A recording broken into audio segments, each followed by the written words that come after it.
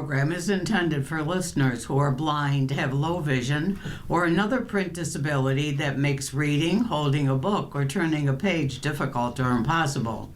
The content is copyrighted by respective publishers. For more information, please visit us on the web at nfradioreading.org.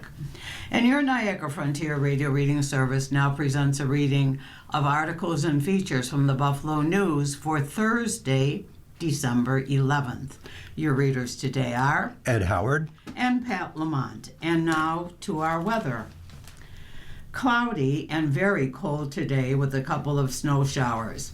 Any heavier snow shower could make roads slippery, a high of 24. Partly cloudy tonight, a low of 18. A couple of snow showers tomorrow, a high of 29. And Saturday, intermittent snow and flurries in the afternoon. On the national sites, the high was in Ramona, California, 86, and the low was in Crosby, North Dakota, -8. Sunrise today at 7:36 a.m., sunset tonight at 4:41 p.m. And our snow derby, to date, Buffalo is leading with 8.9 for this month. And behind us is Chicago at 7.3, Minneapolis at 7.8, Denver at 4.3, and Anchorage at 2.0. So we're leading the pack there. And now to our front page news. Job market is sputtering, state labor report shows. It's been 3 months since we've gotten any new reports on how the Buffalo Niagara economy has been faring, but now we're getting our first peek into the void. And what we are seeing indicates that the region's job market didn't get any better during the blackout period caused by the federal government shutdown. A new state labor department report, delayed by more than 7 weeks because of the shutdown, showed that the region lost 300 jobs during September, the second straight monthly decline in employment. To be sure, the decline is small, just 500 jobs total during August and September, but it is a concerning downward trend at a time when the country continues to add jobs. And it is an extension of the overall stagnation that has been occurring for most of this year, where 1 month's gain has often been reversed by the next month's loss. Since January, the region has shed an estimated 9,000 jobs. We continue to have up and down growth, said Timothy Glass, the Labor Department's regional economist in Buffalo. But that was September, and a lot has changed since then. Tariff policies have stabilized, consumer confidence has continued to soften, and companies are coming to grips with the reality that tariff is not going away.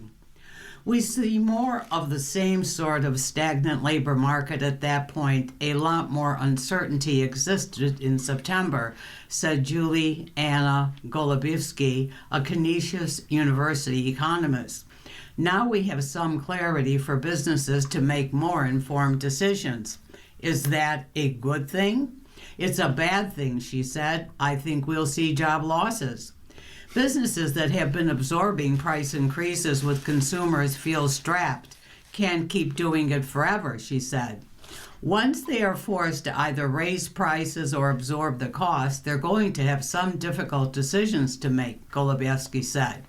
There are troubling times ahead when it comes to the labor market.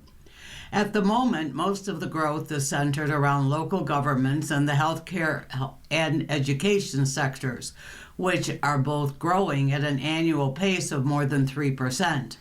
Our aging population and the increased demand for healthcare and home health services likely accounts for much of the hiring in the healthcare sector.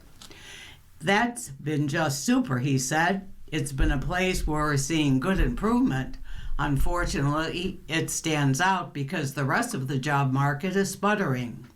With the government jobs taken out, the region's private sector firms are struggling. They shed nearly 5,000 jobs from July to September, the Labor Department reported. Construction employment is off by almost 3% as developers increasingly delay or scale back projects because of rising material costs and high financing expenses. Factory employment is down 1%, which Glass mostly attributes to the lingering impact of the Sumitomo Rubber USA shutdown late last year, which wiped out 1,500 good-paying jobs. Employment has also dipped slightly at finance and insurance firms, once a steadily expanding part of the region's economy, and at a more seasonal and consumer-dependent leisure and hospitality sector. Two caveats to keep in mind. This data is from mid-September, so it is almost 3 months old. That reduced timeliness. It normally would have been released in mid-October if not for the government shutdown, means it is a snapshot of a job market that has plenty of time to change. It is also likely that the monthly job numbers are too optimistic. The monthly data is revised later to reflect more detailed and more accurate employment data collected in a separate but less timely survey. That more accurate survey, which runs through only the end of June, indicated that the monthly report was overstating the number of jobs significantly. Economists at the New York Fed estimated that the overestimate in August probably was in the range of 7,000 jobs. Across the country, economists are describing the current job market as low hire, low fire environment, where businesses are largely holding tight. And the latest data indicates a similar approach is in place, here only with a little less vigor on the hiring side. The number of workers filing for unemployment benefits for the first time, a timely indicator of the pace of job cuts, has been slowly ticking higher since the beginning of October, although it is not unusual for this time of year. Still, the fourth-week moving average of jobless claims is the high it has been since February and has topped 1,000 for 5 straight weeks, something that hasn't happened since early February. The rise in jobless claims isn't alarming at this level, but it also isn't something that you'd usually see in a strengthening labor market where workers are in demand by employers. Still, the region's unemployment rate in September dipped to 4.1% from 4.3% in August, but it was up from 3.3% a year ago. Even that report was mixed. Excuse me. The good news was that 2% more workers held jobs than a year ago, but it also had a disturbing element. The number of unemployed people jumped by almost 25%. Roughly 4,600 people. I think we're going to start seeing more obvious changes will be in the month of November. But as it plays out, she expects those changes may not be for the good. Ed? We'll turn next for our next story to Europe, and the headline here is Challenges to Europe's Security Go Beyond Trump. Europe, stranded between the United States and Russia, faces its second epic-changing event of the past few years. The first was the full-scale Russian invasion of Ukraine in 2022, the first major land war on the European continent since World War II. The second is the United States' abandonment of its commitment to the continent's security, European officials and experts said. They argued that President Trump's main goal is rapprochement with a Russia that is actively trying to undermine NATO and the European Union, which would jeopardize Europe's security. And while Trump's dismissiveness of what he calls a, quote, decaying, unquote, Europe has drawn much attention, it is only part of the problem facing European leaders. They're also confronting challenges that include budget shortfalls, worsening public opinion, and the far right as they try to maintain their security and help Ukraine. For the first time since the end of World War II, America is not on our side on a matter of war and peace in Europe, said Norbert Röttgen, a senior legislator in the Conservative Party of Chancellor Friedrich Merz of Germany. It has sided with the aggressor against the interest of the attacked country, Ukraine, and against European security interests in general. It wants to mediate between NATO and Russia, which means the U.S. no longer defines itself as the leading member of NATO and defines Europe as a strategic target. The future of Ukraine is at the heart of the debate.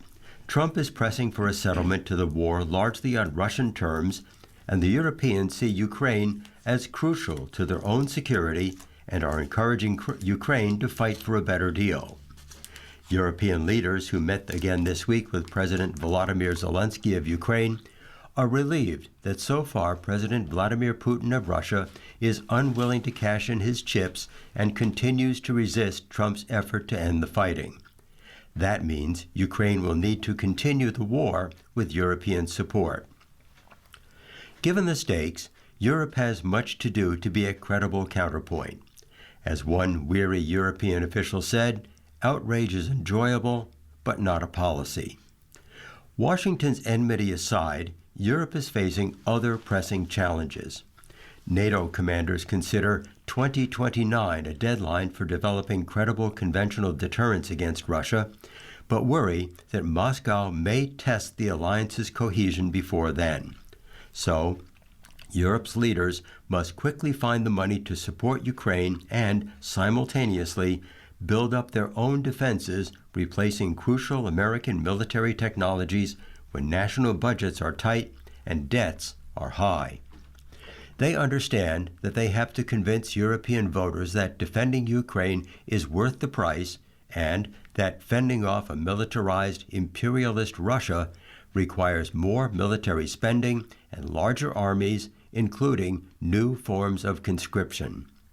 And they need to do more to confront the challenge of the populist, nationalist, far-right parties that the Trump administration, in its new national security strategy, explicitly says it will support in Europe. The highly ideological document accuses mainstream European governments of subverting democracy and inviting, quote, civilizational erasure, unquote. The strategy signals the administration's determination to, quote, cultivate resistance, unquote, in Europe by working with its political soulmates across the continent, from France's National Rally and Reform, UK, to the Alternative for Germany. Trump's own annoyance with the Europeans came out bluntly in a widely shared interview with Politico released on Tuesday, calling some leaders, quote, real stupid, unquote, and asserting that because of immigration, quote, again, many of the countries will not be viable countries any longer. A key moment in the struggle with Washington over Ukraine and European security is coming next week at the year-end summit of EU's leaders. There, they must decide how to come up with the roughly $200 billion necessary to fund Ukraine for the next 2 years and keep it in the fight. The argument over whether and how to use roughly $245 billion in frozen Russian assets in Europe is complicated. Most of them are held in a Belgian company, and Belgium's government, faced with Russian threats, is reluctant to risk these assets. EU officials have encouraged Belgium to resist because Washington sees the return of Russia's assets as part of its proposed Ukrainian settlement. And finance ministers and the European Central Bank have expressed worries that the credibility of Europe and the euro itself as a safe repository may be at risk.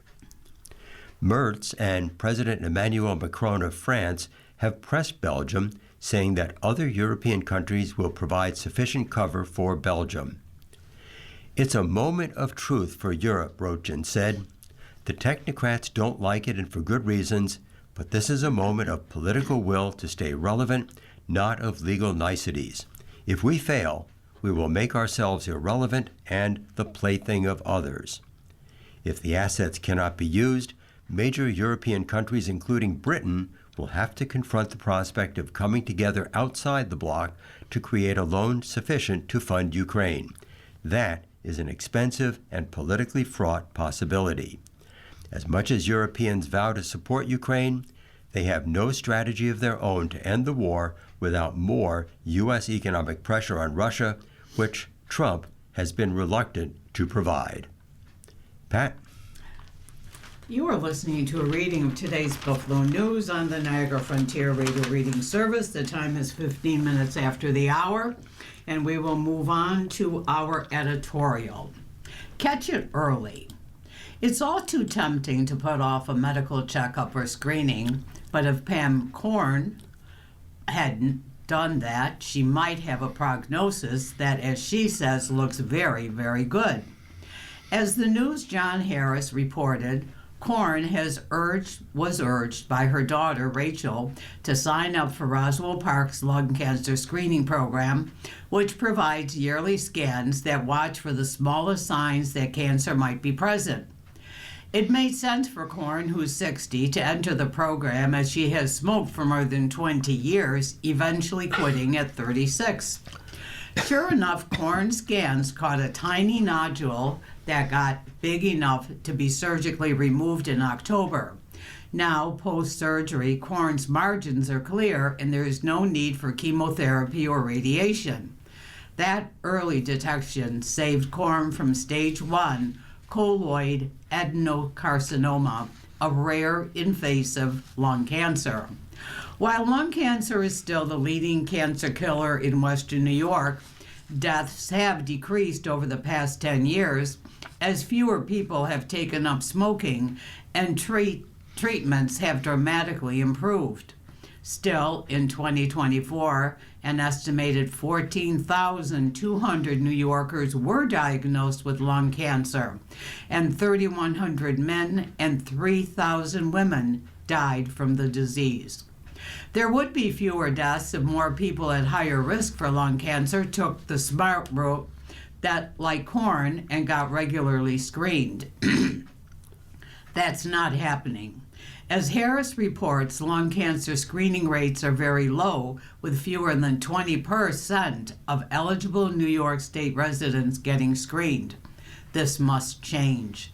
Those who know they are at risk for lung cancer or have loved ones at risk should look into screening as soon as possible. Roswell Park's efforts, combined with legislation recently signed by Governor Kathy Hochul, should make that easier. As treatments for lung cancer advance, the survival rate has improved, particularly for cancers caught early. And here's another benefit of early detection. According to Korn's doctor, Dr. Sai Yandamuri, lung cancer surgery is now minimally invasive with quicker recoveries. For her surgery, Korn only had 3 incisions, which did not even need external stitches to heal. Even stage 4 patients have options, new options, such as immunotherapy, that can allow them to live for many years. To be eligible for Roswell Park screening program, patients should have a history of lung, esophagus, head or neck cancer, or be at least 50 with significant smoking habit, current or former. Visit roswellpark.org screening program website for full details. Roswell's efforts to get people screened have greatly benefited from its mobile screening unit dubbed EDDY, Early Detection Driven to You. EDDY has visited 52 locations in Western New York and screened nearly 2,000 people. At the state level, in an effort to help people overcome the financial hurdles associated with lung cancer diagnosis, legislation sponsored by Assembly Majority Leader Christy Peoples-Stokes and Senator Joseph Addabbo will require health insurance to cover the cost of follow-up screening and diagnostic services for lung cancer. At the signing ceremony, Governor Hochul noted that such diagnoses put people on a long journey, a lot of uncertainty, fear, anxiety. It's really an emotional roller coaster, something my family experienced just earlier this year. So this is personal. Isn't this personal for all of us? Who hasn't had a family member, friend, or other loved one suffer with the emotional ups and downs of a cancer diagnosis? Who hasn't known someone who left this life far too early? Those who feel they may be at risk for lung cancer should heed the words of survivor Pam Corn. I would just encourage everybody who qualifies to get in there and get screened and get just one CT scan a year. We'll stay on the editorial page now for the Another Voice column, and today's topic is national identity, and the writer is Carolyn Dudek. She is the Jean Monnet Chair Professor of Political Science at Hofstra University on Long Island. And the headline here is, Scouting is Excellent Preparation for Military. She writes, leaked documents from Defense Secretary Pete Hegseth ending the relationship between Scouting America and the military are deeply troubling. In political science, the importance of building a national identity is well known. If we do not have engagement and allegiance to the ideals of the United States of America, the future is bleak. No one to defend the U.S. in combat, nor run our institutions on a day-to-day basis. Scouting teaches boys and girls to be self-reliant and to respect and love their country. Today, kids barely stand during the Pledge of Allegiance. At Scouting America, each meeting starts with a pledge to the flag, all participants at attention, and vowing the Scout oath to, quote, guard their country, unquote. That is how national identity is built. I may be the last person anyone would have thought would defend Scouting America. My memories of my experience growing up with the Boy Scouts, as it was called, is not positive. I am the younger sister of an Eagle Scout. In the 80s, Boy Scouts was a misogynistic and exclusionary group. But I was proud of my brother and his achievement. He found self-confidence and learned self-sufficiency. My brother actively contributed to the community and does so to this day. When my son decided he wanted to become a Boy Scout, I begrudgingly took him to his first meeting. It was a very different experience. I learned the moms were very engaged and were running the troop, organizing events, populating the web page, and collecting money for activities. There are even all-girl troops. Scouting today includes everyone. Hegseth's complaint about Scouting is that it includes girls and accepts people of varying sexual orientation. Women, people of all religions, races, and sexual orientation have demonstrated that they can and are willing to fight for this country. If you want to make America great, you start with our youth and fostering a deep connection to our country. As for recruiting future members of the military, 20% of cadets and midshipmen at service academies are Eagle Scouts. Just as my trepidation to have my son join Scouting was short-sighted, so is your decision, Secretary Hegseth. The U.S. military will need our young Scouts one day. And that again from Carolyn Dudek, a professor of political science at Hofstra University on Long Island. Pat? And a political control cartoon today from Michael Ramirez of Creators Syndicate. It is looks like a scene from a movie, from an older movie. Man and a woman standing outside of an older pickup truck, and he's saying to her, the man is saying to the woman, we may not have high quality films and movie theaters anymore, but we'll always have Squid Games. We'll always have Squid at Ames, referring to the takeover and the purchasing of the Netflix purchasing Warner Brothers and the fight with Paramount, I believe.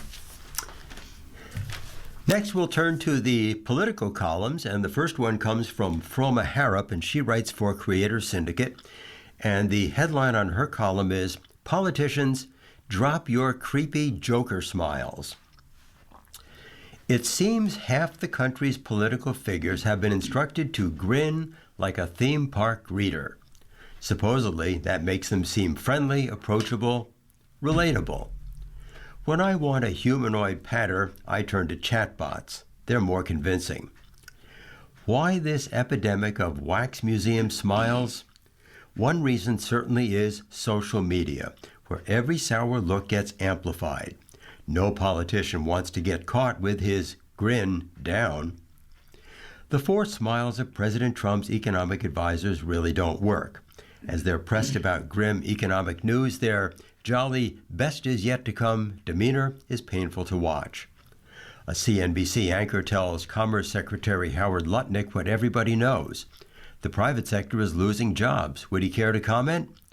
Lutnick's voice is pure Coney Island Barker. Next year, the numbers are going to be fantastic, Lutnick exclaims. I think you're going to see GDP next year superb, over 4%. National Economic Council Director Kevin Hassett on Fox News is asked about polls showing Americans most unhappy about the economy.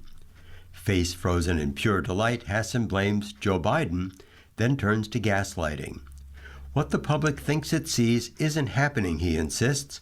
Wages are rising faster than inflation. Pardon me for interrupting, the anchor said, but the numbers we looked at show that inflation is still higher than wage growth. Hassett's smile didn't crack. The king of the fossilized grin must be New York's new mayor, Zohran Mamdani. His look of unbridled joy lit up many adoring TikToks. Mamdani wisely adopted a neutral face on announcing plans to end the sweep of homeless encampments. 3 years ago, Mayor Eric Adams ordered the New York City Police Department to start the removal of the sidewalk camps with their stretches of damp cardboard, garbage piles, drug markets, and menacing addicts. The homeless commonly suffer a constellation of mental problems, and many prefer risking the cold streets to a shelter. Mamdani's sunny view is that his social workers can convince these disturbed souls that he has a better offer without specifying what that may be. As it happens, the Adams administration had been pairing police with social workers in part for the social workers' safety. One thing that brought smiles to some longtime New Yorkers alarmed at this proposal was a darkly funny tweet from a Mamdani critic at the Manhattan Institute. Quote, "The troubled can live on free buses," Nicole Galinas wrote. Just imagine how well Democrats might have done in Tennessee's 7th congressional district race had their candidate not been Afton Bain. Her plastered smile bordered on the deranged, which only underscored the lunacy of her past statements. Bain had stated that she, quote, hates Nashville, unquote, a city she wants to represent. She couldn't stand country music, and she suggested abolishing the local police force. This is a district that last voted for Trump by 22 percentage points. Growing discontent with Republican Washington has been such that Bain's opponent, Matt Van Epps, won by only 9 percentage points. All this frantic smiling is branding, not emotion, or as Nietzsche might have put it, man learned to smile only after he learned to hide himself. Politicians, drop your joker smiles. They're most unpleasant. Pat?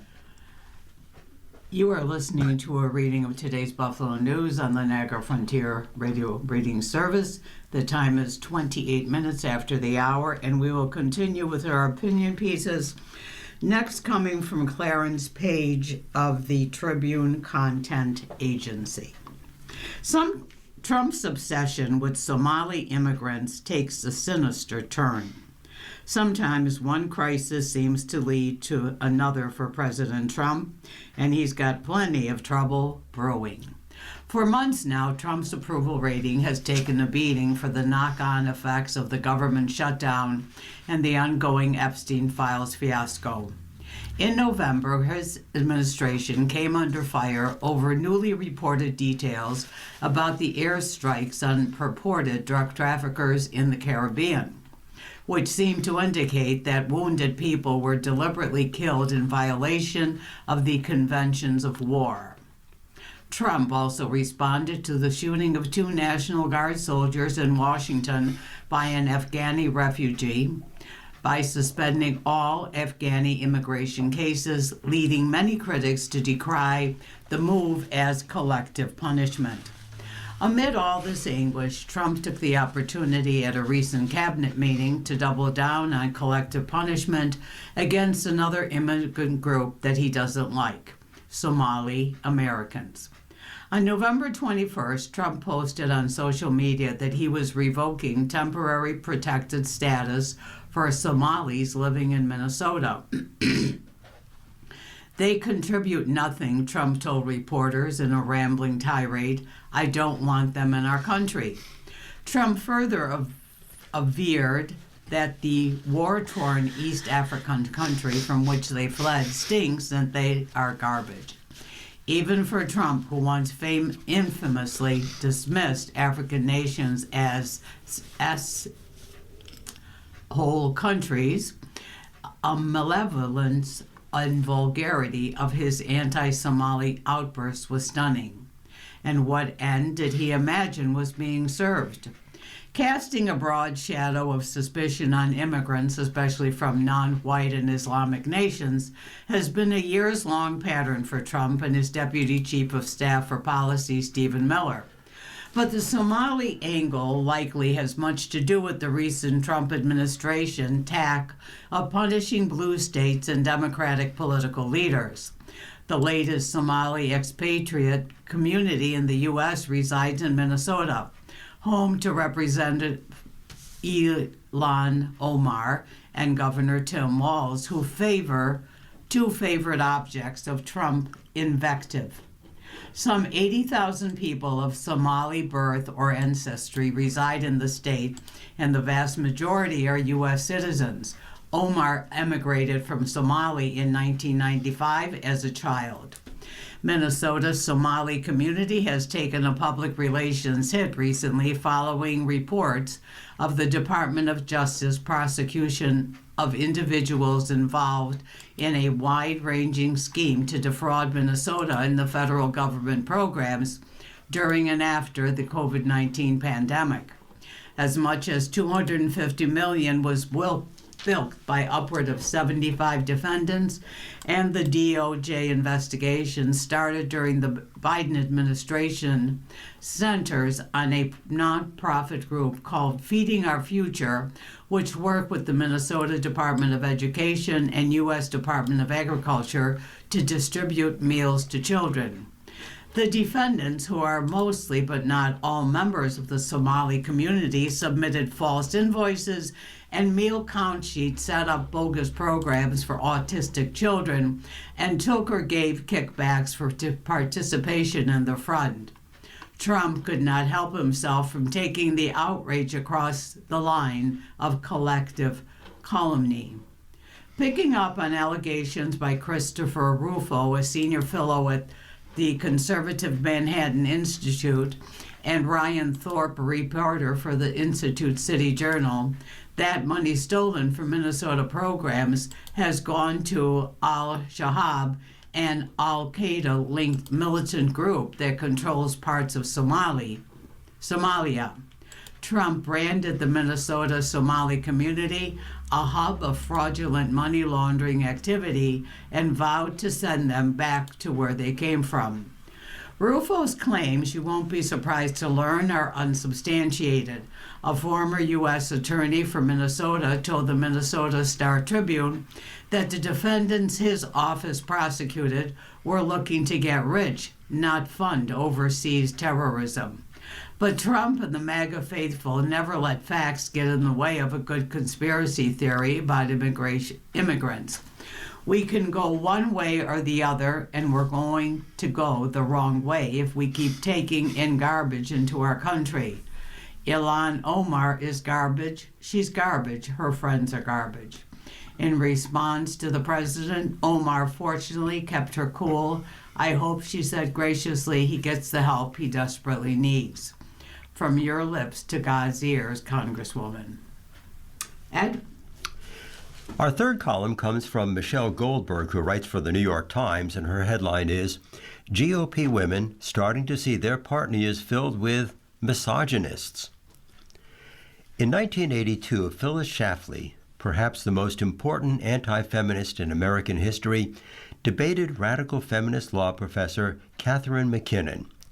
Schlafly believed that sexism was a thing of the past. To her, if women had different roles in society than men, it was due to their distinct talents and inclinations. She herself, she said, had never experienced discrimination. MacKinnon pointed out that Schlafly, who had written extensively about defense policy, had wanted a position in Ronald Reagan's Pentagon. Any man with Schlafly's considerable accomplishments, MacKinnon argued, would have been given a job. Schlafly had to concede that her feminist foe had a point. An ambitious woman who is willing to absolve the right of misogyny can go far, but rarely can she achieve the same status as a man. That's especially true today in a Republican Party that's increasingly giving itself over to the most retrograde forms of sexism. Recently, several Republican women in Congress have been complaining on and off the record that their party's leaders, especially Mike Johnson, the House Speaker, don't take them seriously. It started with Representative Marjorie Taylor Greene, a one-time MAGA icon who is resigning early next month. They want women to just go along with whatever they're doing and basically to stand there, smile, and clap with approval, whereas they just have their good old boys club, she said in September. It turns out that she's not alone in her frustration. The New York Times recently reported on Republican women in Congress who say that Johnson, quote, failed to listen to them or engage in direct conversations on major political and policy issues, close quote, which they seem to attribute to his highly patriarchal evangelical Christianity. In parentheses, he recently said that women, unlike men, are unable to compartmentalize their thoughts. Feeling sidelined by Johnson, some Republican women are defying him. All but one of the House Republicans who bucked the leadership to force a vote on the releasing of the Epstein files were women. Of the 8 Republicans who joined with the Democrats in November to try to censure their fellow Republican Corey Mills, who has been accused of threatening his ex-revenge with porn, 6 were women. Recently, rumors have swirled that Nancy Mace, who is running for governor of South Carolina, could soon follow Greene in quitting the House before the end of her term. Mace has denied this, but her disgruntlement is no secret. She recently wrote in the Times, "Women will never be taken seriously until leadership decides to take us seriously, and I'm no longer holding my breath." It's tempting to roll one's eyes at women who are shocked to discover sexism in a political party led by Donald Trump. But it's a sign of progress that these women are not responding as Schlafly did, demurely accepting their subordinate position within conservatism. They may not call themselves feminists, though at times Mace has, but they've internalized their basic feminist assumptions about their entitlement to equal treatment. What they fail to understand, however, is that those aren't assumptions their party shares. Much has been made about the rebirth of gutter anti-Semitism and racism within the conservative movement. There's been less public alarm about the resurgence of unapologetic misogyny. Last month, there was an uproar over the support the Heritage Foundation's president, Kevin Roberts, offered to Tucker Carlson after his softball interview with Nick Fuentes, the influential anti-Semite. We've seen far less backlash to Heritage's hiring of Scott Yaynor, who believes that the workplace administration against women should be legal, as head of the B. Kenneth Simon Center for American Studies. Among the sort of young men who revel in transgressive anti-Semitism, which is to say, among much of the conservative movement's rising generation, calls to repeal women's right to vote have become commonplace. Not long ago, most Republicans at least pretended to accept liberal premises about human equality, sometimes even gloating about one-upping Democrats on diversity. In 2008, Republicans tried to capitalize on the disappointment some felt about Hillary Clinton's primary loss by putting Sarah Palin on their ticket. For years, it was almost a truism that the first woman president would probably be a Republican, some steely American version of Margaret Thatcher in high heels and pearls. Republicans didn't want to raise up women as a group, but they valorized a certain kind of powerful woman, one who disdained feminism. Today, however, Republicans are much less defensive about the party of chest-beating patriarchy. Defense Secretary Pete Hegseth has purged women from the highest ranks in the military. Johnson attributed school shootings to the amoral society wrought by radical feminism and the sexual revolution, and has said Americans should strive to live by 18th century values. Vice President Vance is famously contemptuous of women without children. And the lower levels of the administration are littered with defiant chauvinists. Paul Ingrassia, who Trump recently made Deputy General Counsel at the General Services Administration, reportedly intervened during a federal investigation on behalf of misogynist influencer Andrew Tate, a former client, who's been accused of sex trafficking after electronic devices belonging to Tate and his brother were seized at the border, and he called the opposition to women's suffrage, quote, very based, a term of high praise on the right. There are still plenty of opportunities in the MAGA movement for women who embody Trump's preferred style of hyperfemininity, espouse traditional gender roles, or both. Indeed, the president's obsession with aesthetics can open the doors for women who might otherwise never have careers in politics. Many Republicans like having beautiful women around, and they appreciate being able to put a feminine face on their culture war crusades. But as some women and the party are realizing, there's a big difference between being useful and being respected. Pat? The Fed cuts key interest rate to a 3-year low. The Federal Reserve reduced its key interest rate for the third time in a row Wednesday, but signaled that it may leave rates unchanged in the coming months, a move that could attract ire from President Trump, who has demanded steep reductions to borrowing costs. In a statement released after a 2-day meeting, the Fed State Setting Committee signaled that it may keep its rate unchanged in the coming months. And in a set of quarterly economic projections, Fed officials signaled they expect to lower rates just once next year. Wednesday's cut reduced the rate to about 3.6%, the lowest it has been in nearly 3 years. Lower rates from the Fed can bring down borrowing costs for mortgages, auto loans, and credit cards over time, though market forces can also affect those rates. 3 Fed officials dissented from the move, the most dissidents in 6 years, and a sign of deep divisions on a committee that traditionally works by consensus. 2 officials voted to keep the Fed's rate unchanged, while Stephen Miron, whom Trump appointed in September, voted for a half-point cut. December's meeting could usher in a more contentious period for the Fed. Officials are split between those who support reducing rates to bolster hiring and those who would prefer to keep rates unchanged because inflation remains above the central bank's 2% target. Unless inflation shows clear signs of coming fully under control, the unemployment worsens, those divisions will likely remain. The government said last week in a delayed report that the Fed preferred inflation gauge remained elevated in September, with both overall and core prices rising 2.8% from a year earlier. The lack of economic data has contributed to the divisions, but by their January meeting, they'll have up to 3 months of backlog reports to consider. If those figures show that hiring has remained weak or that layoffs have spiked, the Fed could reduce rates again in January. By contrast, if they show hiring has stabilized while inflation remains elevated, they may hold off on additional cuts for several months. In an interview with Politico published Tuesday, Trump said, yes, when asked if reducing rates immediately was a litmus test for his new Fed chair. Trump has hinted that he will likely pick Kevin Hassett, his top economic advisor.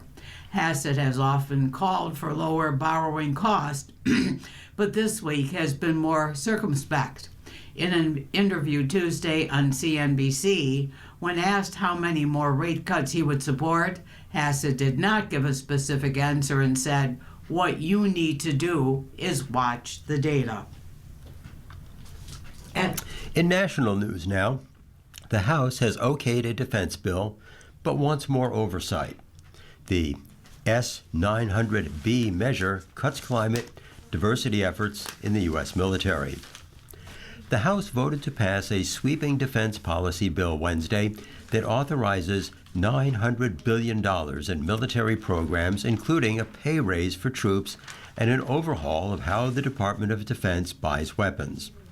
The bill's passage on a 312 to 112 vote comes at a time of increasing friction between the Republican-controlled Congress and President Donald Trump's administration over management of the military. The annual National Defense Authorization Act typically gains bipartisan backing, and the White House signaled strong support. Yet, tucked into the 3,000-plus page bill are several measures that push back against the Department of Defense, including a demand for more information on boat strikes in the Caribbean and support for allies in Europe such as Ukraine.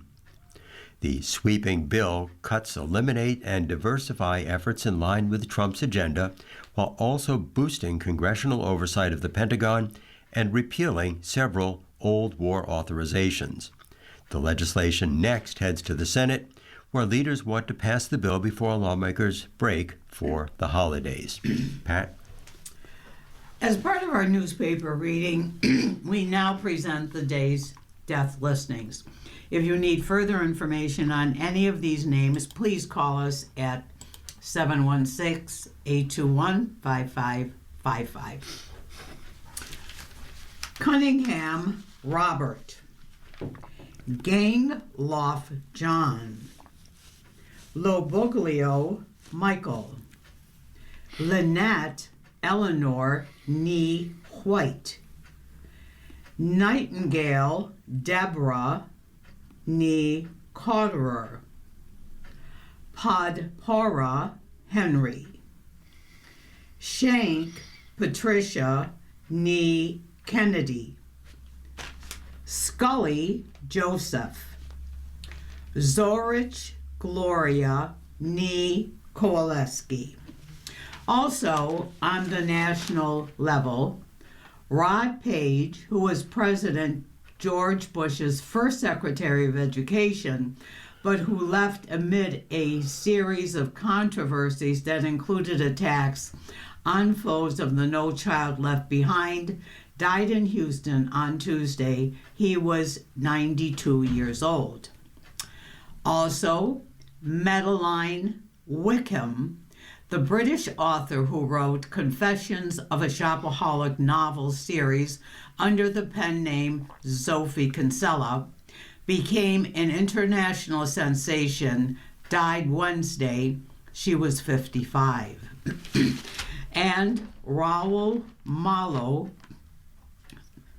the big voice singer and principal songwriter for the Mavericks, a Grammy award-winning band whose Latin-inflected sound helped broaden the boundaries of country music in the 1990s, died. He was 60 years old.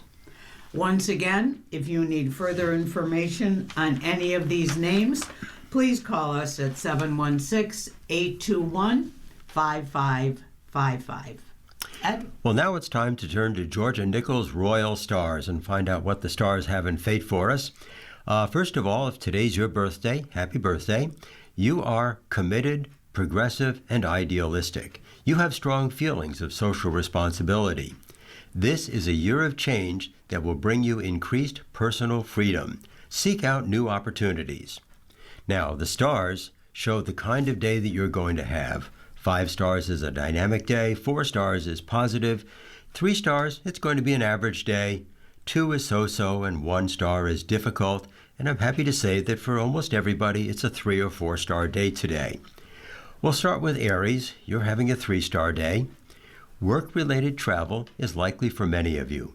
Plus, today, you'll feel more confident and happier about your situation. Tonight, you should enjoy working. For Taurus, it's a 4-star day. Today, your conversations with others might be a bit dreamy or idealistic, but that's okay. Certainly, you'll be more sympathetic and listen to someone. Tonight, you should socialize.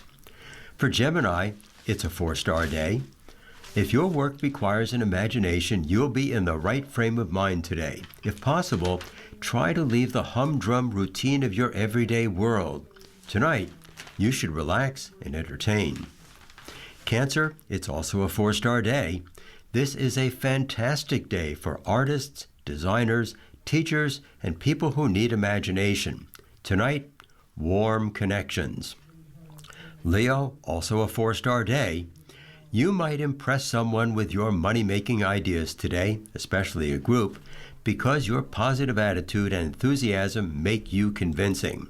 Tonight, maintain your belongings.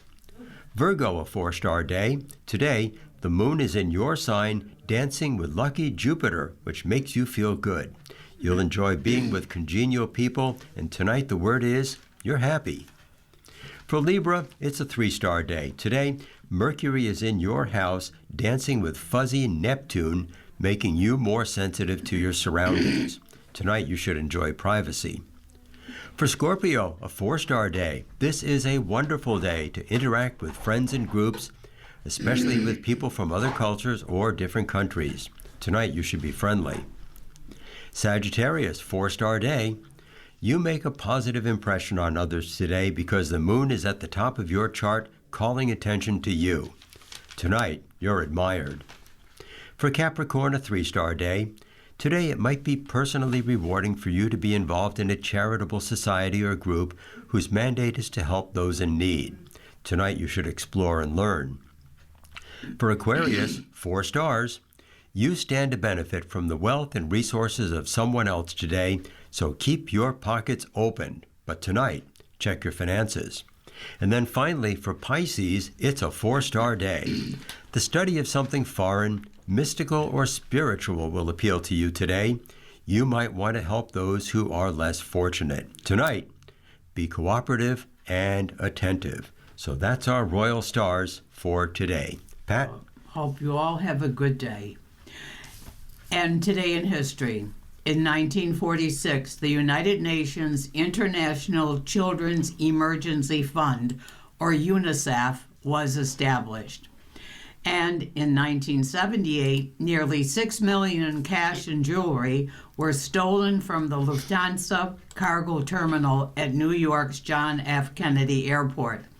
The Lufthansa heist, the largest cash robbery at the time, was immortalized in the film Goodfellas. And the historic Hickory Street Church gets landmark destination. A pre-Civil War church on Buffalo's east side that has hosted religious services for 4 congregations during its 165-year history is now considered a local landmark, as its owners seek to protect it while also allowing them to tap specializing funding sources to maintain and preserve the structure. The Common Council on Tuesday approved a landmark designation for the church building at 480 Hickory Street at the request of the Greater Faith Temple Church of God in Christ, along with the Preservation Buffalo Niagara. The church had asked for PBN's help to formally recognize the historical significance of their building. According to a letter from Preservation Planner Emily Jarnot, and the City Preservation Board backed the request in late October. In approving the application, the Council and Preservation Board cited the building's role in both the German and African American communities as one of the oldest surviving religious structures in Buffalo, and also noted its distinguishing characteristics and its unique location as a visual anchor. The designation will help church leaders obtain sacred site grants and other funding that is often restricted to properties with formal historic designation. The building has been subject of housing court proceedings in Buffalo, and officials decided to pursue full preservation rather than demolish the back parsonage. The congregation knows that their numbers are declining, but they would rather preserve the church for future use, even if it is no longer their sacred space. Constructed in 1860 as the second German Baptist church by the congregation of the first German Baptist church at 41 Spruce Street, the German Romanesque-style church demonstrates the practical and cost-effective choices made by a mid-19th century immigrant congregation, according to the application. In particular, there's minimal ornamentation consistent with the original German Baptist congregation values. She noted that it features a steeply pitched gable roof with a round window in the gable, window openings with rounded arches, and an octagonal crenellated bell turret with embattlement and rounded arch louver windows. You've been listening to a reading of articles from the Buffalo News for Thursday, December 11th on your Niagara Frontier Radio Reading Service. We'll return for more readings after this short break. Your readers today are Ed Howard and Pat Lamont. If you're listening to this publication online, you're probably using our website, a podcast player like Spotify or iTunes, a streaming service like Siro, or a smart speaker. Did you know that we now have a dedicated app that can be downloaded to any mobile device, like a smartphone or tablet, for free? App users can conveniently access our live stream and any episode of our podcast easier than ever. To download the app, just type NFRRS in the search window in the Apple App Store or in the Google Play Store. Contact us anytime if you have any questions by calling 716-821-5555, extension 5. Thank you.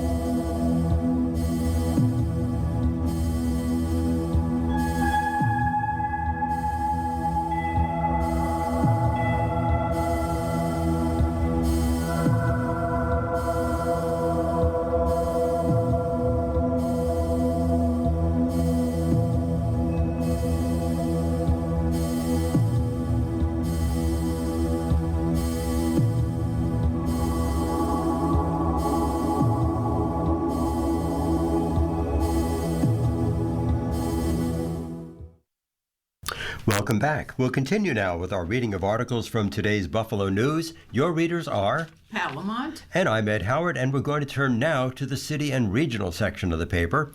And our first story, the DEC urges reduction in salt use this winter.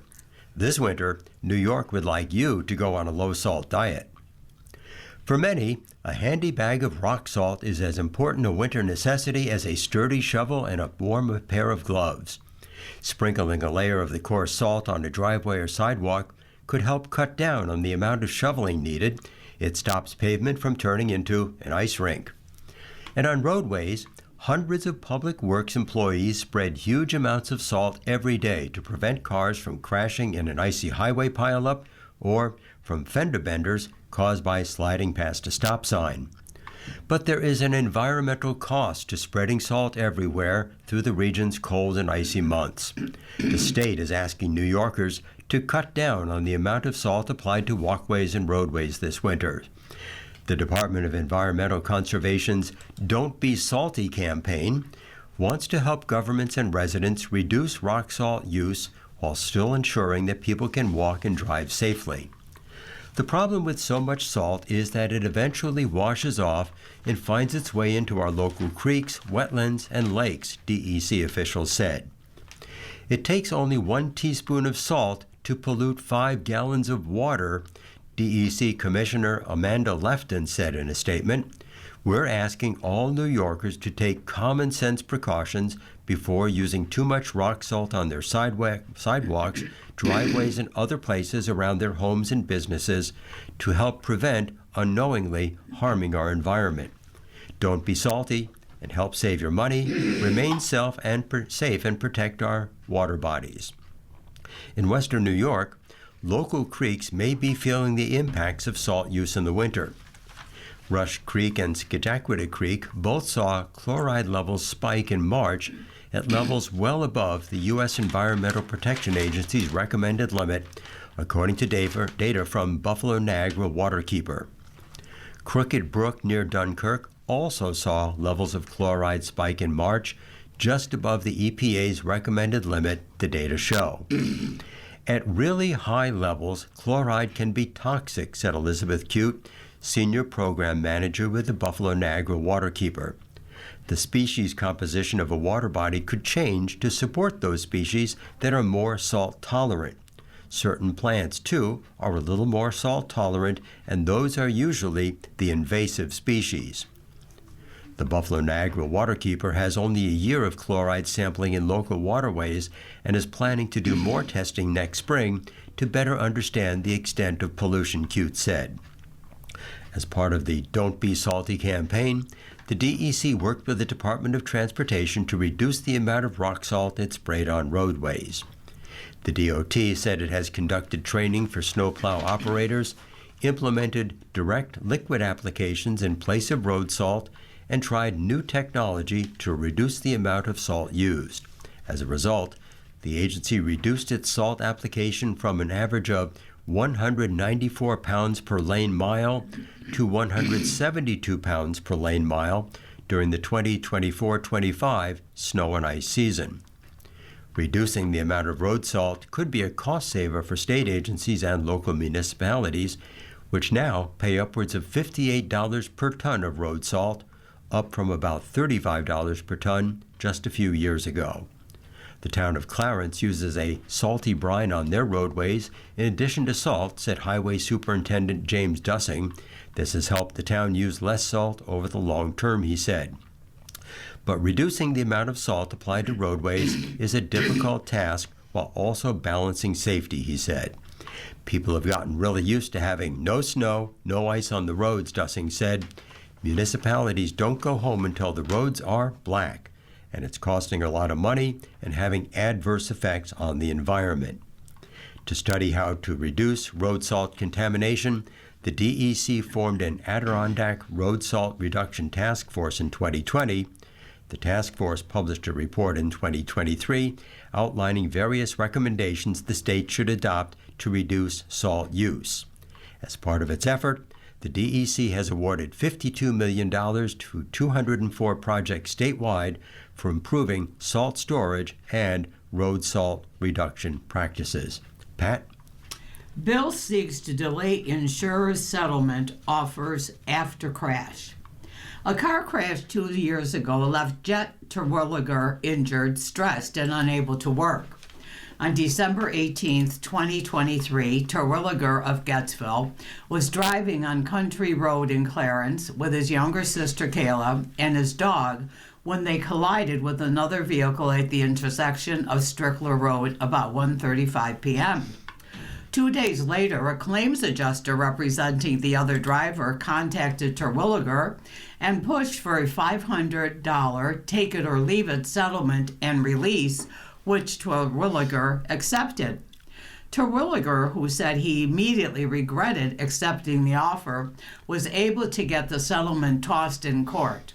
His attorney, Buffalo-based Jill Trembath, said Terwilliger's experience is far too common, calling his case an example of a need to enact a proposed state law, the Unfair Settlement Timing Act, to require insurance companies to wait at least 30 days before contacting accident victims. Any agreement in that span, should the bill pass, can be voided. The legislation, which passed both houses, is now before Governor Kathy Hochul, who must act to sign or veto bill before the end of the year. A spokesperson for the governor said she was reviewing the bill.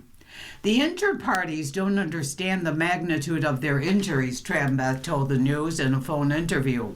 She said Terwilliger, 27, and his sister, who also agreed to a $500 settlement, were completely taken advantage of. Terwilliger and his sister, unaware of the process involved in accident claims, were young, had not been through the experience before, and did not know the values involved.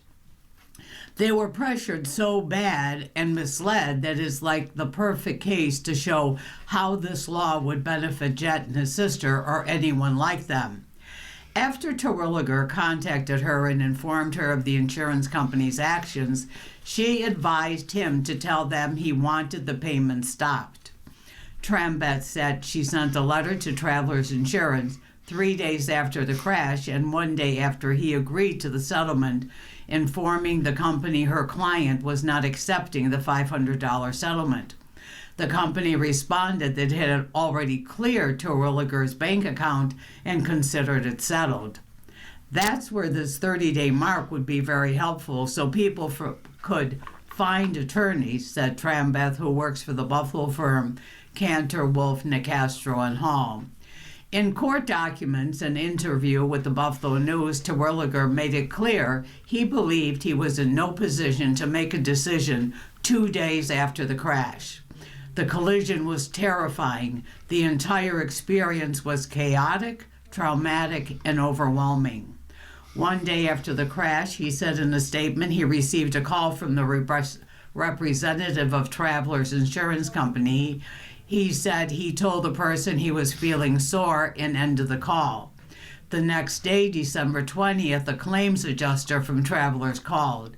Terwilliger said the conversation quickly turned to the company's unsolicited offer of $500 to settle the claim without any talk of medical treatment or long-term health problems. The company paid Terwilliger over the app Zelle. I was extremely confused during this conversation. It was of the most stressful situations I had experienced. I had never been in a car accident before. I was still experiencing stress and anxiety for being in such a severe accident. Traveler's adjuster was aggressive, forceful, and manipulative. I had no legal knowledge and no idea what I was agreeing to. I felt completely overwhelmed and intimidated. In court papers, Jordan Phillips, the attorney for the other driver, argued that Terwilliger and his sister gave sworn statements to persuade the judge there was fraud and duress inflicted by Travelers, but said there was no evidence beyond these self-serving affidavits to prove the same. Remorse is not an element of duress, illegality, fraud, or mutual mistake in avoiding a release, Phillips stated. The bill, backed by New York State Trial Lawyers Association, faces opposition from the Lawsuit Reform Alliance of New York State and the insurance industry. The New York Insurance Association said in a memo of opposition that the bill would lead to a vast increase in insurance rates and delay payments to victims. Ed, I think that that's the best news anybody could have. I agree. Because that is certainly, I had no idea that happens, but fortunately haven't had the accident experience. Haven't had the experience myself, but that sounds like a good move anyway. Yeah, I would totally agree. In state news, a top Hochul aide, Garcia, has been tapped to head up the Port Authority. Catherine Garcia, a top aide to New York Governor Kathy Hochul, has been named the next executive director of the Port Authority of New York and New Jersey, the agency that operates the 3 major airports that serve New York City, according to the governor's office. Garcia, who nearly became mayor of New York in 2021 after serving as the city's sanitation commissioner, would succeed Rick Cotton, who announced last month that he would retire in January after more than 8 years on the job. The governors of New York and New Jersey jointly control the Port Authority, but New York's governor appoints the executive director. Catherine helped us launch and advance generational infrastructure projects and rebuild our economy following the pandemic with an eye toward the future, said Hochul in a statement. I'm thankful she will continue serving the people of New York. Jackie Bray, the commissioner of the state's Division of Homeland Security and Emergency Services, and a former top aide of Mayor Bill de Blasio, will replace Garcia, who is 55, as the Director of State Operations for New York. Garcia's appointment comes as the agency embarks on a $45 billion decade-long capital plan, which includes an $11 billion rebuild of the Midtown bus terminal, overhauling the airports, and upgrades to some of the region's bridges and tunnels. My entire life, we've had a Midtown bus tunnel that nobody wants to use, Garcia said in an interview, adding, the airports have been cruddy, and now you see real investment on both sides of the Hudson. Having all of that capacity makes it so that you have competition, and it's better for people who live in the region, and it means we're growing businesses across the region. She said she expected to start in the new role early next year. Cotton, age 81, oversaw several major infrastructure projects, including the rebuilding of LaGuardia Airport, a $19 billion overhaul of Kennedy International Airport, and planning for reconstruction of the bus terminal in Midtown Manhattan. He had been appointed in 2017 by Hochul's predecessor, Andrew Cuomo, after serving as an advisor to Cuomo on the development of the Moynihan Train Hall and other projects. Pat? Stadium snow is the secret to Bud Light's newest brew. Snow and late-season Buffalo Bills games go hand in hand, and now that snow also goes into a specialty brewed batch of Bud Light. Bud Light is making a limited edition Blizzard Brew, which is being created with the help of snow collected from Highmark Stadium. Following the first snowfall at Highmark Stadium last month, snow was collected and then transported to Anheuser-Busch's brewery in Baldwinsville, outside Syracuse, where it was integrated in the brewing process to create the limited edition brew. It will be sold in custom 16-ounce cans and packaging. The Blizzard Brew will be available at retailers in Buffalo area and during the final regular season home game scheduled for January 4th against the New York Jets. The announcement comes just a few days after the Winter Wonderland type scene during Sunday's home contest in Orchard Park, which the Bills won in a 39-34 shootout over the Cincinnati Bengals. It is also an opportunity for Bud Light to capitalize on the team's effort to remember its final season at Highmark Stadium before the team moves across the street on Abbott Road into its new more than $2 billion stadium next year. The Bills have been working to find a variety of ways to commemorate this season. The company, one of the Bills' many corporate sponsors, says the special edition beer is a way to celebrate the great lengths Bills fans will go for one of NFL's greatest traditions. That includes fans pitching in to shovel out the stadium after a big snowfall leading up to a home game. It may be a tradition that ends with the new stadium, since almost 95% of it will be covered by a canopy, and other new amenities will make snow removal something that can be handled by the team and its business contractors. Bud Light, which has been a partner of the Bills for more than 2 decades, also extended its deal with the team into the new stadium as part of a recently announced multi-year extension. The company becomes another early partner at the new stadium as the Bills continue to build out a stable of partnership agreements that are an important revenue stream for the team. Ed? I like beer, but I think I would take a sip of that before I took a big chug of it. We'll see. You're listening to a reading of today's Buffalo News on your Niagara Frontier Radio Reading Service, and the time is 15 minutes past the hour, and it's time now for sports. And of course, the lead story has to do with our Buffalo Bills, who have a big game coming up this weekend. And the headline on Jay Skursky's column is, May's Big Plays. Second-year quarterback has Patriots way ahead of schedule. It wasn't supposed to happen, at least not yet anyway. After Tom Brady and Bill Belichick's 2-decade reign of terror, for every AFC team not in New England, that is, concluded with the quarterback leaving as a free agent in 2020 and Belichick's departure after the 2023 season, the common belief was that the football gods would even the score with an extended downturn. Quarterback Drake May, however, said not so fast. With the number 3 overall draft pick in 2024 thriving in his second professional season under new head coach Mike Vrabel and offensive coordinator Josh McDaniels, the Patriots find themselves right back at the top of the AFC East. A victory Sunday over the visiting Buffalo Bills will clinch the division title for New England, ending the Bills' 5-year run.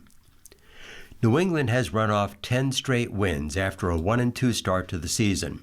The second victory during that streak came in the first meeting against the Bills, 23-20, back in Week 5 on October 5th at Highmark Stadium. That has been the springboard May and the Patriots needed to regain control of the division and possibly the AFC as a whole. New England enters Sunday's rematch against the Bills at Gillette Stadium in Foxborough, holding the number 2 seed in the conference playoff race. They're tied with Denver at 11-2, but seeded second based on the Broncos having a better conference record at this point, 7-2 versus 6-2 for the Patriots. May's development in his second season is a major reason why. He ranks at or near the top in virtually every passing category, starting with a league-leading completion percentage of 71.5%. He ranks second in passing yards with 3,412, fourth in touchdowns with 23, and second in passer rating at 111.9. The advanced stats also like May. He's number 2 in expected points added among quarterbacks at 121.27, behind only Green Bay's Jordan Love.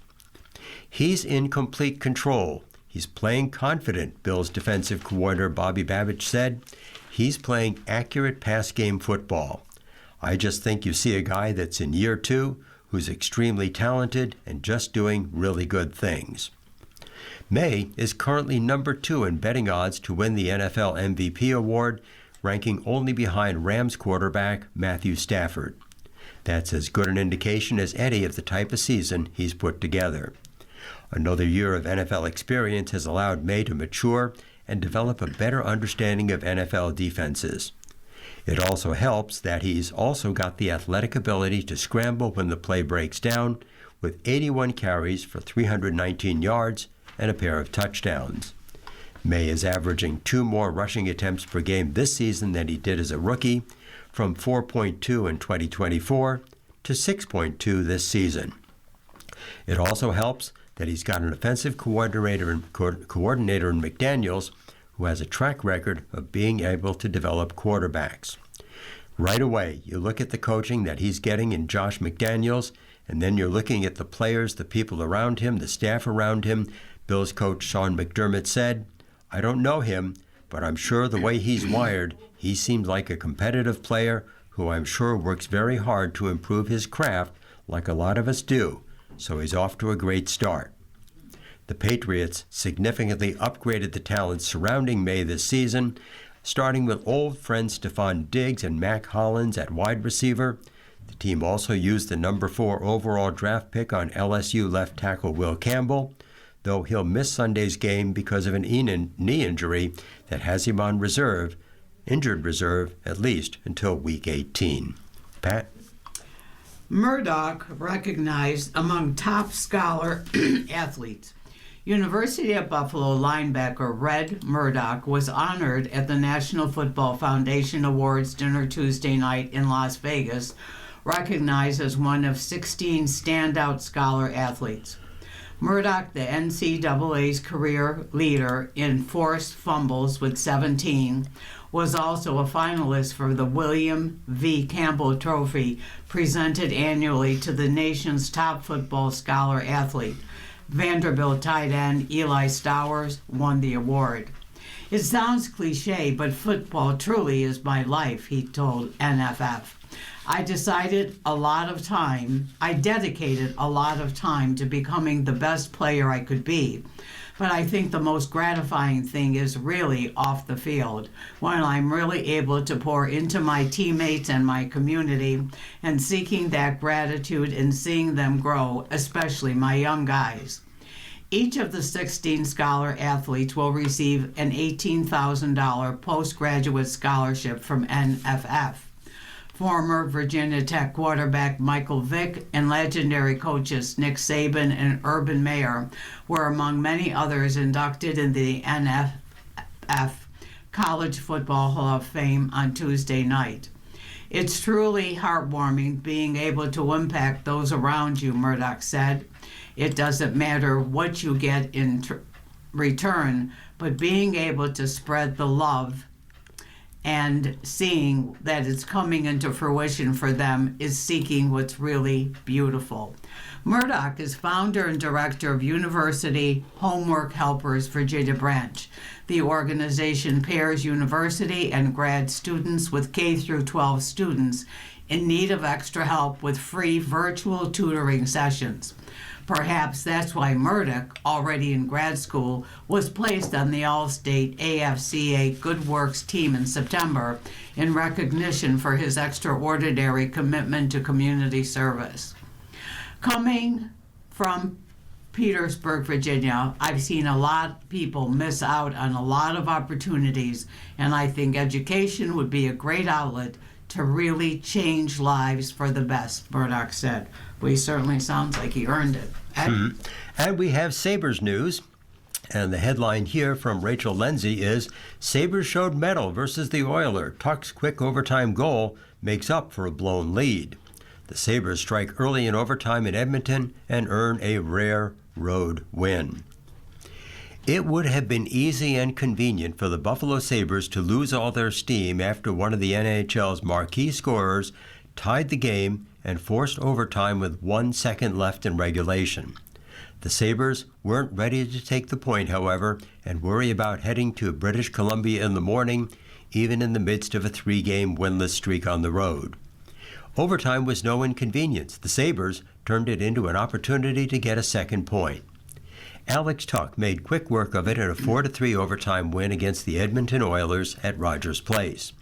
In a shocking turn, Connor McDavid tied the game on a shot from the left circle with 1 second left in regulation, but then the Sabres needed just 33 seconds in overtime to end the game. Tuch skated in on the Oilers goalie Stuart Skinner, took a pass from Ryan McLeod, who was along the opposite wall, and beat Skinner on a one-on-one chance. "Clowder told me to go," Tuch said. "He actually told me to shoot it. He was going to shoot it down the ice. That was the plan we had, trying to put them back on their heels a little bit."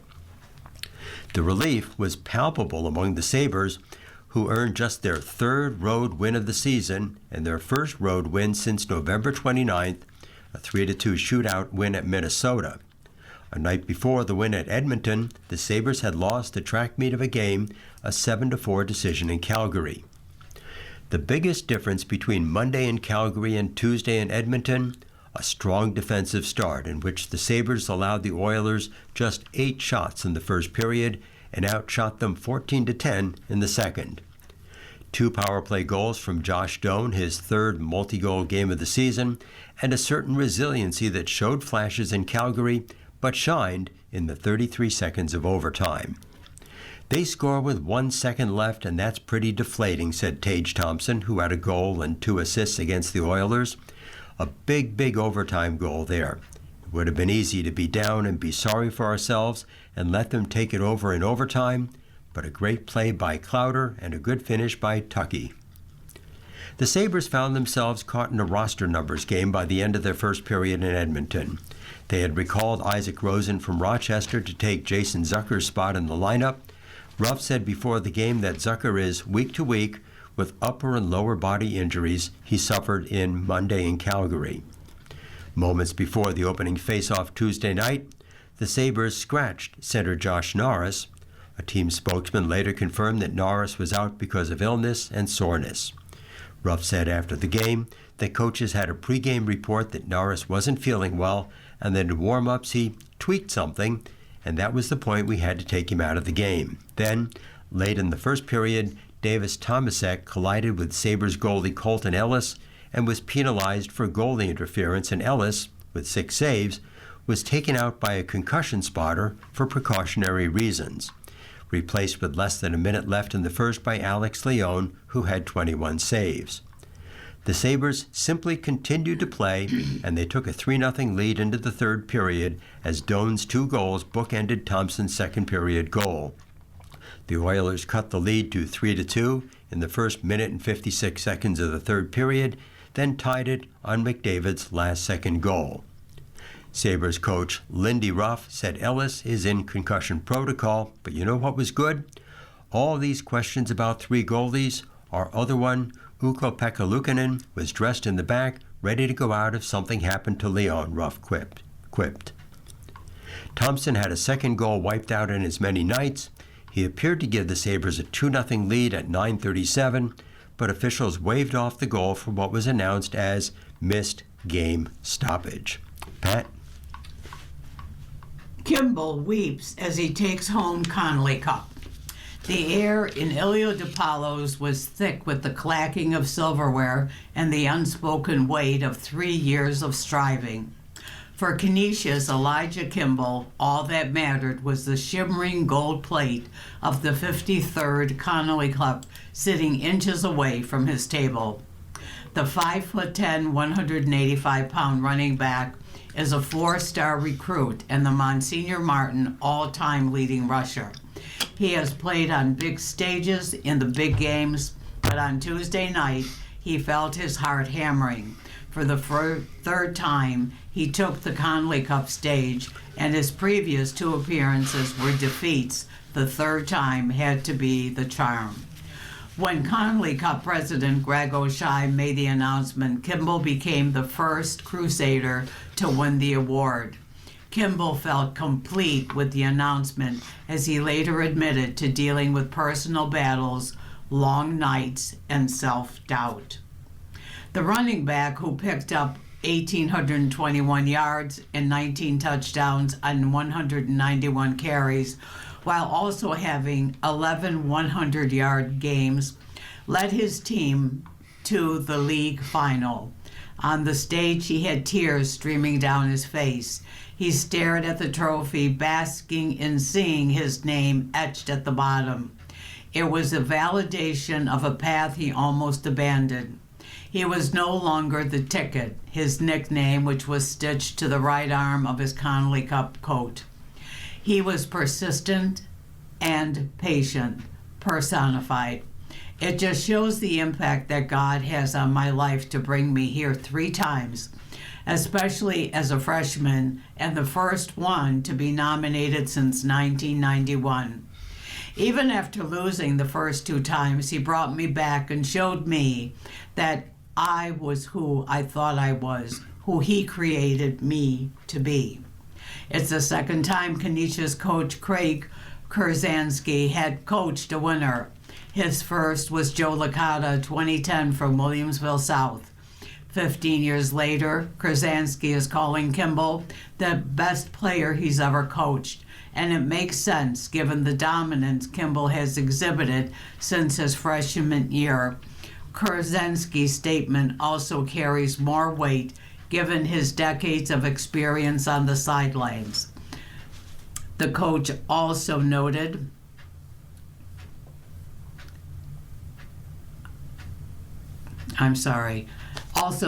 his team is at a disadvantage because it's often out of town and Kimby's play was less visible to others. Well, congratulations to him. Yes, very good. You are listening to a reading of today's Buffalo News on your Niagara Frontier Radio reading service, and the time is 29 minutes past the hour, and it is time now to Ask Eric and get life's problems solved. And the headline in today's column is Parents Struggle with Cutting Off Dependent Daughter. Dear Eric, my daughter will be 37 in a month but has never been able to completely support herself.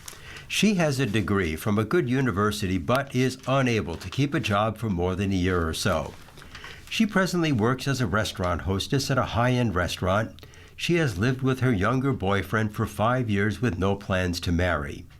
She has bipolar mental issues and has had substantial financial assistance from us all of her adult life.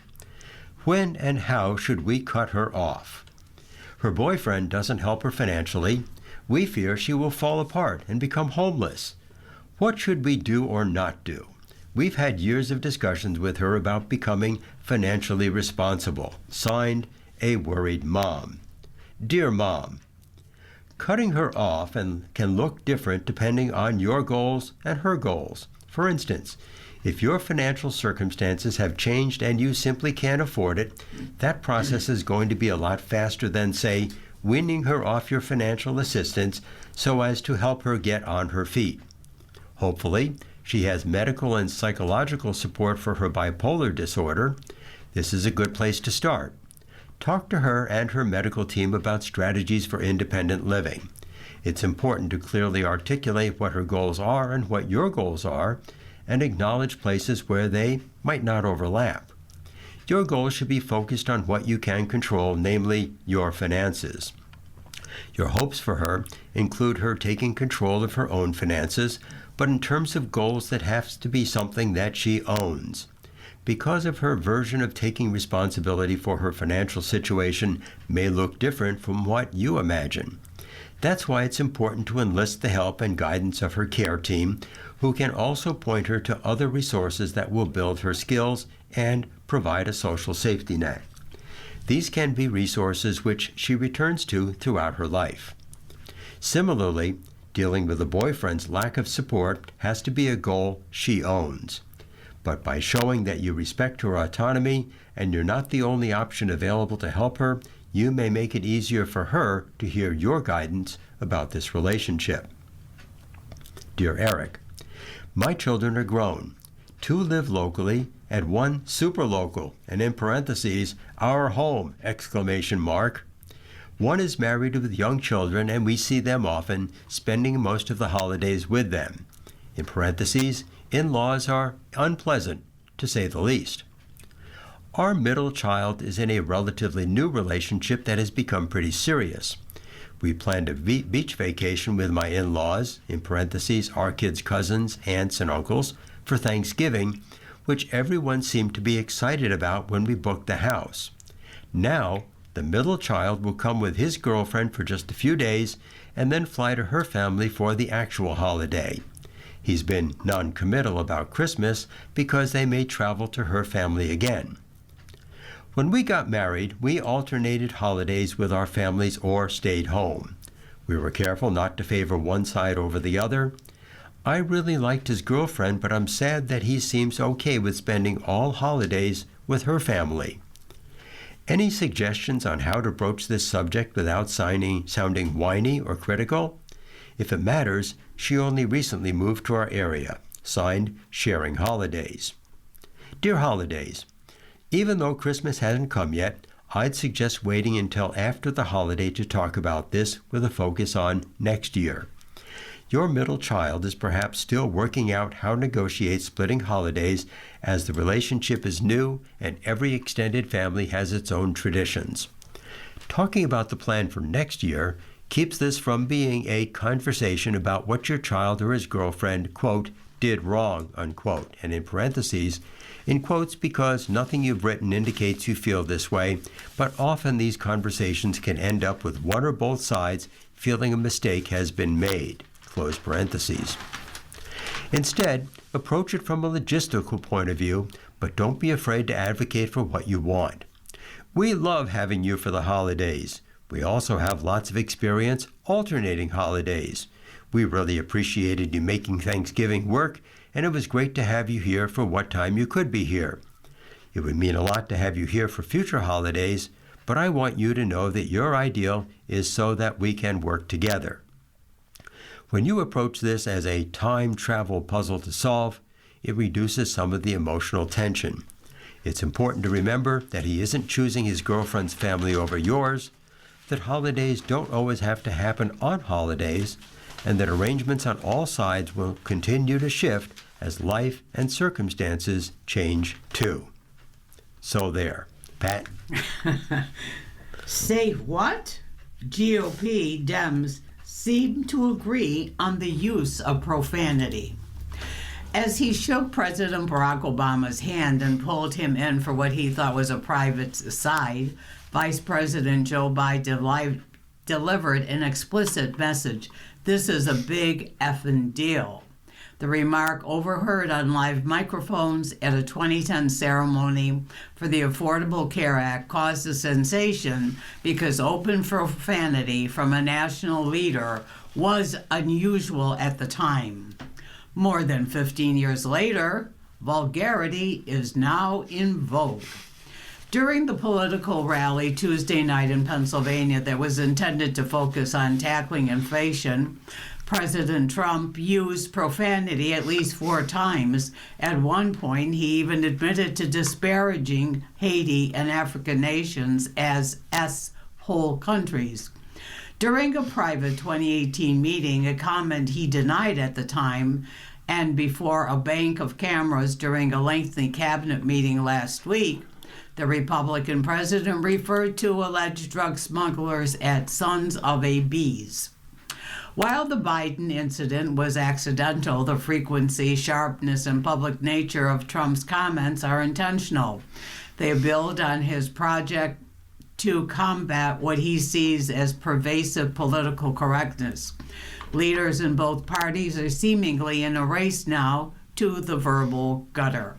Vice President Vance called the podcast host a dip-ass in September after one National Guard member was killed in a shooting in Washington last month, excuse me, and a second was critically injured.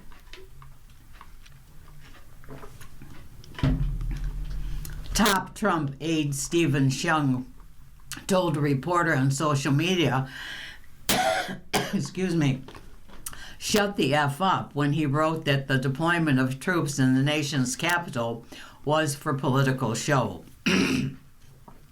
Among Democrats, former Vice President Kamala Harris earned a roar of approval from her audience in September when she condemned the Trump administration by saying, "These mother are crazy," after called for the execution of several Democratic members of Congress last month. Senator Chris Murphy said it was time for people with influence to pick a effing side.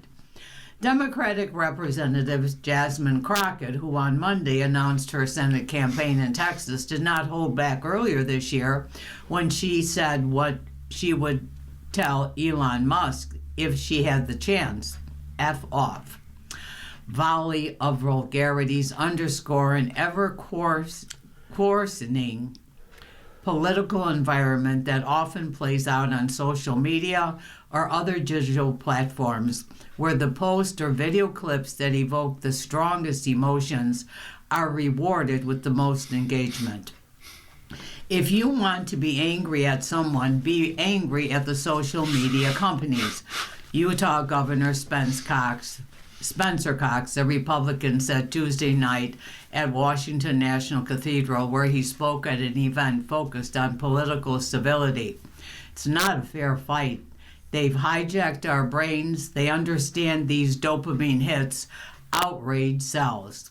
Cox, whose national profile rose after calling for civility in the wake of conservative activist Charlie Kirk's assassination in September in his state, approved an overhaul of social media laws meant to protect children. A federal judge has temporarily blocked the state law. Tough talk is nothing new in politics, but leaders long avoided flaunting it. Recordings from Democrat Lyndon B. Johnson's administration, for instance, revealed a crude, profane side of his personality that was largely kept private. Republican Richard Nixon bemoaned the fact the foul language he used in the Oval Office was captured on tape. Since neither I nor most of other presidents had ever used profanity in public, millions were shocked, Nixon wrote in his book, In the Arena.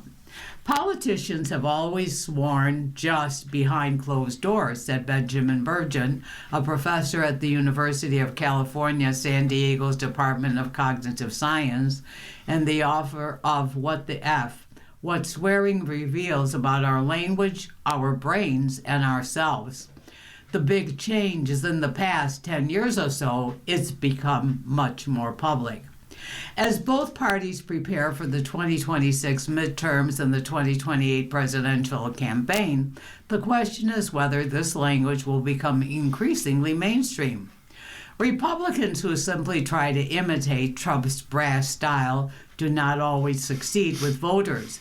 Democrats who turn to vulgarities risk appearing inauthentic if their words feel forced. For some, it's just a distraction. It's not necessary, said the GOP. Rep. Don Bacon of Nebraska, who is retiring next year after winning 5 elections, one of the most competitive House districts. If that's what it takes to get your point across, you're not a good communicator. There is also a risk that if such language becomes overused, its utility as a way to shock and connect with audiences could be dulled. Comedian Jerry Seinfeld has talked about this problem, noting that he used to swear words in his early routines, but dropped them as his career progressed because he felt profanity yielded only cheap laughs. White House spokesperson Liz Houston said Trump doesn't care about being politically correct. He cares about making America great again. The American people love how authentic, transparent, and effective the president is. But for Trump, the words that have generated the most controversy are often less centered in traditional profanity than slurs that can be interpreted as truthful. The final weeks of his 2016 campaign were rocked when a tape emerged of him discussing grabbing women by their genitals, language he minimized as locker room talk. His S-hole remark in 2018 was widely condemned as racist. More recently, Trump called a female journalist piggy, comments that his press secretary, Caroline Leavitt, defended as evidence of a president who is very frank and honest. Trump's use of a slur about disabled people prompted an Indiana Republican whose child has Down syndrome to come out in opposition to the president's push to redraw the state's congressional districts. In rare occasions, politicians express contrition for their choice of words. In an interview with The Atlantic published last week, Governor Josh Shapiro of Pennsylvania dismissed Harris's depiction of him in her book about last year's presidential campaign by saying she was trying to sell books and to cover her A's. He seemed to catch himself quickly. I shouldn't say cover her A, he said. I think that's not appropriate. Well, We'll head next down south, where the Senate race in Texas shows that Democrats are split in their focus on President Trump. A Dallas congresswoman opened her Senate campaign by telling voters that she, quote, has gone toe-to-toe with Donald Trump. Her Democratic primary opponent insisted that Americans are tired of, quote, politics as a blood sport. The divergent approach highlights how Representative Jasmine Crockett and State Representative James Tallarico are navigating a race where Democrats hope to break a 3-decade losing streak in Texas. It also reflects a broader divide within the party, with some candidates continuing to focus on Trump while others barely mention his name. Figuring out the best approach will be critical for Democrats who are gasping for a path back to power in the 2026 midterm elections that will determine control of Congress and are already maneuvering for the 2028 presidential race. Republicans, by contrast, have been crystal clear. Susie Wiles, the White House chief of staff, said in a recent podcast interview that the GOP president will campaign aggressively next year and the party will put him on the ballot. He is the greatest vote energizer in the history of politics, said Neil Newhouse, a veteran Republican pollster. But the challenge is that he does it as much for the Democrats as he does for the Republicans. In her campaign launch video, Crockett was silent as audio of Trump's insults played, including multiple times that he called her, quote, a very low IQ person, unquote. At the end of the video, she breaks out into a smile. On Monday, she addressed the president more directly. Trump, I know you're watching, so let me tell you directly, Crockett said. You're not entitled to a damn thing in Texas. You better get to work because I'm coming for you. Trump responded the next day, telling reporters aboard Air Force One that her candidacy is, quote, a gift to Republicans, and I can't even believe she's a politician, actually. For nearly a decade, Democrats have used their criticism of Trump to draw attention and fuel fundraising. Governors who are considered potential 2028 presidential contenders, including California's Gavin Newsom and Illinois' J.B. Pritzker, saw their profiles rise as they positioned themselves as staunch Trump opponents. Senator Mark Kelly, a Democrat of Arizona, recently participated in a video telling service members that they should not follow, quote, illegal orders, unquote. Trump responded by accusing him of, again quoting, seditious behavior, close quote, that again quoting, is punishable by death. Kelly started a national media tour and sent out a flurry of fundraising emails both for himself and other Democrats. He said Trump has bullied everyone in his career, but not now because I won't let it happen. Tallarico has built a following with a less combative style. The former schoolteacher, who is working towards a master's degree in divinity at Austin Presbyterian Theological Seminary, gained attention by posting viral social media content challenging Republicans' claims to Christian values. He has focused less on Trump or other politicians. The biggest divide in our country is not left versus right, it's top versus bottom, Tallarico said in the video launching his campaign. There are echoes of other Democrat successes this year, such as when candidates for governor won in New Jersey and Virginia by focusing on affordability concerns. Voters in those states were much likelier to say that they were voting to oppose Trump than to support him, according to the AP voter poll.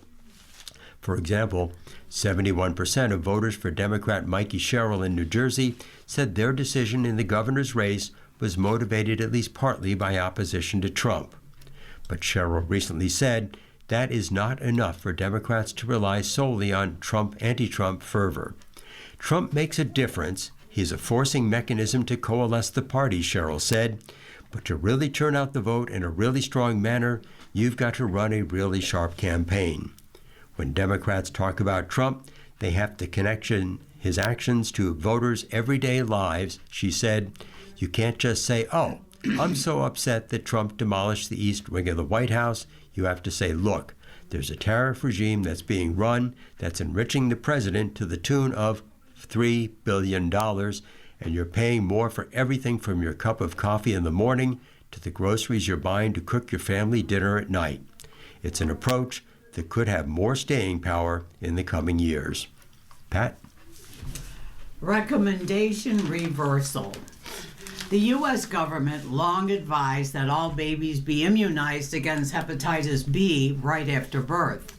But a federal vaccine advisory committee voted December 5th to do away with that recommendation.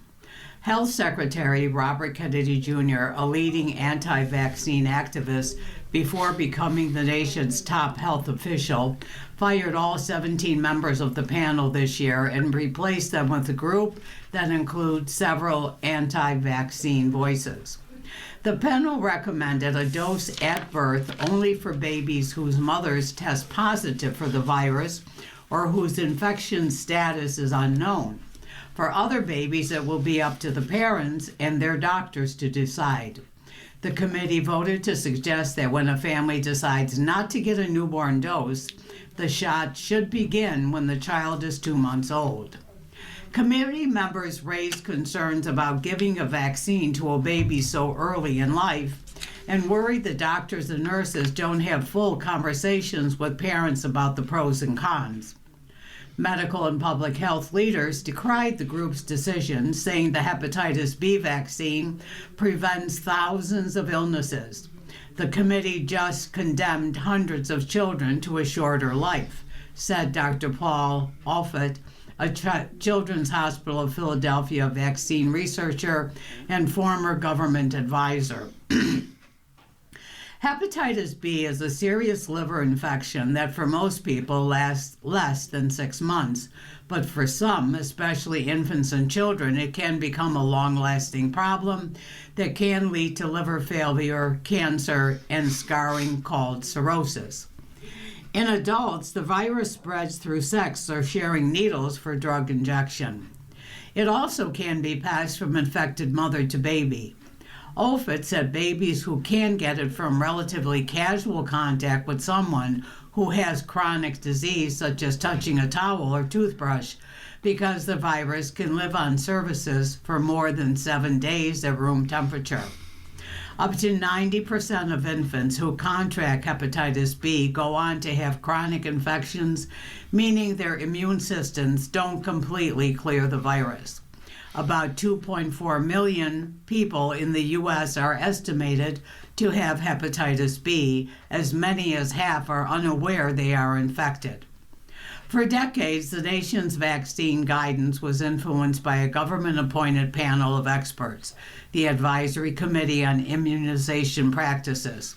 Its recommendations usually were adopted as national guidance that is widely heeded by doctors. In 1991, the committee recommended an initial dose of hepatitis B vaccine at birth. The guidance was modified over the years and currently suggests a dose within 24 hours of birth for all medically stable infants who weigh at least 4.4 pounds, plus follow-up shots to be given at about 1 month and 6 months. Health officials used to rely on screening expectant mothers to find babies who might have been exposed to the virus. But many cases were missed, experts say, partly because some women weren't tested or test results were incorrect. Newborn hepatitis B vaccinations are considered to be a public health success story. Over 30 years, cases among children fell about from 18,000 per year to about 2,200. The Vaccine Integrity Project released its analysis for more than 400 studies and reports spanning 40 years. The group of researchers concluded the newborn dose is safe and an important reason U.S. pediatric hepatitis B infections fell. A recent report estimated that delaying the hepatitis B vaccine by 2 months could result in at least 1,400 hepatitis B infections in children and 480 deaths. The report, which has yet to be peer-reviewed or published in a medical journal, estimated the toll would be higher if the first dose were given later. The vaccine committee's most direct power comes over what is covered by the Federal Vaccines for Children program, which pays for shots for uninsured children from low-income families. Hepatitis B shots often were bundled into a final hospital bill for children. So the new ACIP recommendation likely would not be an economic obstacle for the current practice continuing at many hospitals, said Sean O'Leary of the Pediatrics Academy, but he said the change may confuse and frighten parents. Some state and local officials said they don't plan to heed the panel's advice to delay vaccination. The American Academy of Pediatrics said it will continue to recommend routine hepatitis B vaccination for all newborns with babies receiving a first dose within 24 hours of birth, a second dose at 1 to 2 months, and a third dose at 6 months. The pediatric group was among 45 organizations that sent out a statement saying they are deeply alarmed by the committee's actions. You've been listening to a reading of articles and features from the Buffalo News for Thursday, December 11th. We read from the Buffalo News live on weekday and Sunday mornings at 9 a.m. and rebroadcast at 4 p.m. For more information, call 716-821-5555. Your readers today have been Pat Lamont. And I'm Ed Howard, and we wish you a pleasant day. Are you facing challenges with vision loss and need help with your smartphone, sending emails, navigating the internet, and staying connected with your family? VIA, Visually Impaired Advancement, is offering free classes for seniors weekly at multiple locations with free assistance for your smartphone, email, and internet skills. There's a new session every week, and it rotates between the South Towns and the North Towns. It's at your local Erie County libraries and at 10 a.m. and 11:30 a.m. For more information, call Elhana Porter at 716-888-4632. Again, that's 716-888-4632. If you're worried about food, heating assistance, or other basic needs for your household, help is available. Call 211 for local food pantries, meal services, and other supports in your neighborhood. That's 211. Available 24 hours a day, every day, with free and confidential referrals. Get the help you need today.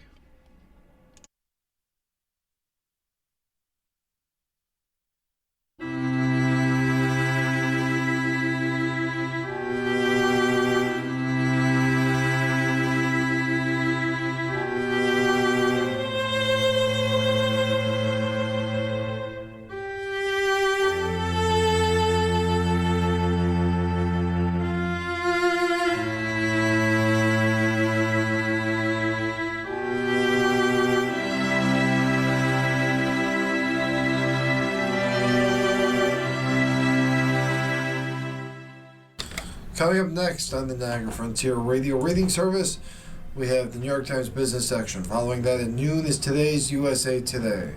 Stay with us for these readings and more.